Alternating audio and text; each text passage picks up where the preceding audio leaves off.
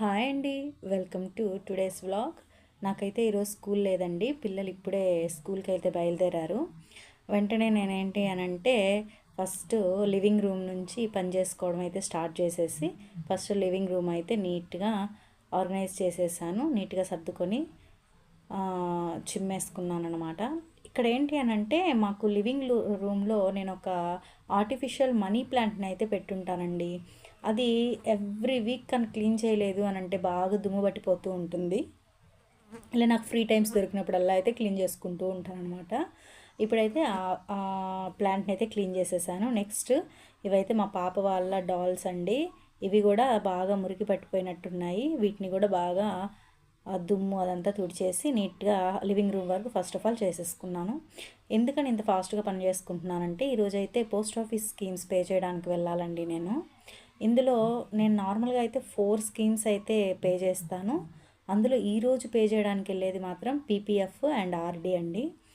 నేను ఎంత hard work చేసి మనీ సంపాదిస్తానో ఆ సంపాదించిన ప్రతి రూపాయిని కూడా ఇన్వెస్ట్మెంట్గా సేవ్ చేసిన ప్రతి రూపాయిని ఇన్వెస్ట్మెంట్గా వెళ్ళడానికి అయితే చూస్తూ ఉంటాను. ఈ ఆర్డీ అనేది చాలా ఈజీ స్కీమ్ అండి. హౌస్ వైఫ్స్ కానీ వర్కింగ్ ఉమెన్స్ కానీ లేదా మెన్స్ కానీ ఎవరైనా కూడా కట్టుకోవచ్చు. ఎందుకంటే ఆర్డీలో ఆర్డీ పోస్ట్ ఆఫీస్ స్కీమ్ అనేది జస్ట్ స్టార్టింగ్ విత్ 100 రూపీస్ అండి. మనం 100 రూపీస్తో కూడా స్టార్ట్ చేసుకోవచ్చు. కాబట్టి మనం ఎట్లేదన్నా మంత్లో ఎంతో కొంత మనీని అయితే వేస్ట్ చేస్తూ ఉంటాము. అలా వేస్ట్ చేసే మనీని మనం ఈ ఆర్డీలో వేసుకోవడం వల్ల చాలా ఈజీగా హై రిటర్న్స్ అయితే మనం పొందొచ్చు.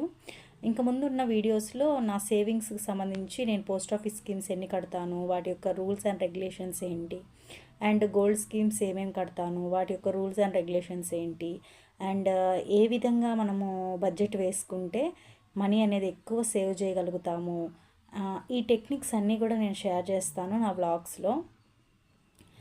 ఇంట్రెస్ట్ ఉన్న వాళ్ళైతే కామెంట్ చేయండి. ఇంకేదైనా డౌట్స్ ఉన్నా కూడా నేను షేర్ చేస్తాను. నెక్స్ట్ కొత్తగా టీచింగ్ ఫీల్డ్లోకి రావాలి అనుకుంటున్న వాళ్ళకి, మెయిన్లీ ఫీమేల్స్కి అయితే ఎవరికైనా ఏదైనా టిప్స్ కావాలన్నా కామెంట్ చేయండి. నేనైతే వాటికి రిప్లై ఇస్తాను. మనం డెమోస్ ఎలా ఇవ్వాలి వీటి మీద కూడా నేను వీడియోస్ చేస్తానండి. మనము టీచింగ్ ఫీల్డ్లో ఎంటర్ అయినప్పుడు మనం డెమోస్ ఎలా ఇవ్వాలి అనే దాని మీద కూడా నేను వీడియోస్ అయితే చేస్తాను. ఫస్ట్ ఆఫ్ ఆల్ ఇప్పుడు మనం బ్లాగ్లోకి వచ్చేసినట్లయితే ఇక్కడ పోస్ట్ ఆఫీస్ స్కీమ్స్ గురించి ఎక్స్ప్లెయిన్ చేస్తూ ఉన్నానండి. ఈరోజైతే ప్రజెంట్ నేను ఒక 2 స్కీమ్స్ కట్టడానికి అయితే వెళ్తున్నాను. పీపీఎఫ్ ఆర్డీ నార్మల్గా చెప్పాను కదా 4 స్కీమ్స్ కడతానని. ఆ 4 స్కీమ్స్ అమౌంట్ జనరేట్ అయ్యేంత వరకు అయితే వెయిట్ చేయనండి. ఎందుకంటే ఈ లోపల మిగతా అమౌంట్ అనేది ఖర్చు అయిపోయే ఛాన్సెస్ ఉంటాయి. కాబట్టి ఎన్ని స్కీమ్స్కి నా దగ్గర అమౌంట్ జనరేట్ అవుతుందో ఫస్ట్ ఆఫ్ ఆల్ వెళ్ళి అవి కట్టేసుకొని వస్తూ ఉంటాను. ఈరోజు అయితే నాకు పీపీఎఫ్ అండ్ ఆర్డీ అయితే జనరేట్ అయ్యాయి మనీ.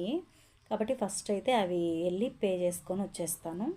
ఆ తర్వాత లోకల్ స్కూల్స్లో ఒక స్కూల్ నుంచి అయితే పేమెంట్ రావాల్సింది. అక్కడికి వెళ్ళి అమౌంట్ కూడా కలెక్ట్ చేసేసుకుంటాను. అంటే పోస్ట్ ఆఫీస్కి దగ్గరలో ఉన్న స్కూలేనమాట. అది అయిపోయిన తర్వాత వస్తూ అయితే పిల్లల్ని కూడా పికప్ చేసుకొని వచ్చేస్తాను. ఈ 3 పనులు అయితే ఈరోజు పెట్టుకున్నానండి. నాకు ఎప్పుడైతే స్కూల్స్ ఉండవో ఆ రోజు ఇంపార్టెంట్ పనులు ఏవేవైతే ఉంటాయో వాటిని జనరేట్ చేసుకుంటాను. ఆ పనుల్లో హాఫ్ పనులు పర్సనల్ వర్క్స్ అయి ఉంటే మిగతా హాఫ్ వచ్చి ప్రొఫెషనల్కి సంబంధించినవి. ఈ 2 ఇలా బ్యాలెన్స్ చేసుకుంటూ నేనైతే ముందుకెళ్తాను. ఫస్ట్ అయితే బ్రేక్ఫాస్ట్ చేసేద్దాము అని చెప్పేసి దోశ వేసుకుంటున్నానండి. ఈ పెను అయితే మా వారు డీమార్ట్ నుంచి తీసుకొచ్చారు. ఇది వరకు మనిషికి 3 దోశలు లేదా 4 దోశలు అలా వేసేదాన్ని. ఇప్పుడు ఈ పెను వచ్చిన తర్వాత పెద్దవాళ్ళు కూడా ఒక 2 దోశ తినే లోపల అయిపోతుంది. ఇది హోటల్లో వేసే అంత దోశ వస్తుంది ఒక్కొక్కటి. నేనైతే ఒక్క దోశ తింటాను అంతే. ఆ ఒక్క దోశకే ఎక్కువ అయిపోతుంది. మంచిగా అనిపిస్తుంది అనమాట. చాలా టైం సేవింగ్ అనిపించింది ఈ విషయం అయితే నాకు. అండ్ చాలా థిన్గా అయితే దోశస్ వస్తాయండి. అండ్ టేస్ట్ వైజ్ కూడా చాలా బాగుంటుంది. అండ్ ఆయిల్ ఎక్కువ వేయం కాబట్టి ఆ డైజెషన్కి కూడా ఇబ్బంది ఏం లేకుండా బాగుంటుంది అనమాట. అలా ఒక దోశ అయితే వేసేసుకున్నాను. ఒక దోశ వేసేసుకొని ఫస్ట్ ఆఫ్ ఆల్ నా బ్రేక్ఫాస్ట్ కంప్లీట్ చేసుకొని మిగతా వర్క్స్ చేసుకుందామని. నెక్స్ట్ ఇక్కడ నాకు ఈ ఆఫ్టర్నూన్ వచ్చేలోపు లేట్ అయిపోతుంది కాబట్టి పోస్ట్ ఆఫీస్ వర్క్స్ ఇవన్నీ చూసుకొని రైస్ పెట్టేశాను.